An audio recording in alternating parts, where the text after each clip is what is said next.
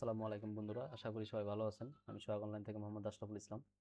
তো আজকে আপনাদেরকে দেখাবো যে ওয়েবসাইটে আপনারা পিক্সেলটা কীভাবে ইন্টিগ্রেশন করবেন। তো এটা করার জন্য ল্যান্ডিং পেজে লগ ইন করবেন। আর আপনারা জানা আমাদের রেগুলার ক্লায়েন্ট আছে, আপনারা জানেন যে আপনাদেরকে একটা লাইফ টাইমের জন্য একটা ফ্রি প্রো প্লাগইন দেওয়া হয় সোহাগ অনলাইন থেকে।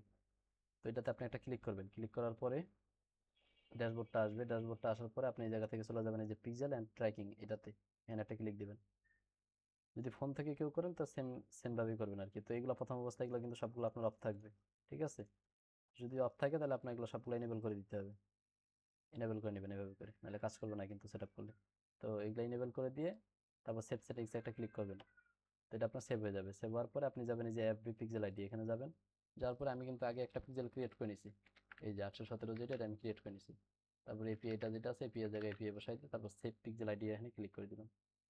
তো এটা কিন্তু আমার সেভ হয়ে গেল। তো এই যে কাজ শেষ কিন্তু আমার। তো আমি কিন্তু এখানে আগে একটা পিক্সেল ক্রিয়েট করে রাখছিলাম, সেটা কিন্তু আমি বসাই দিলাম।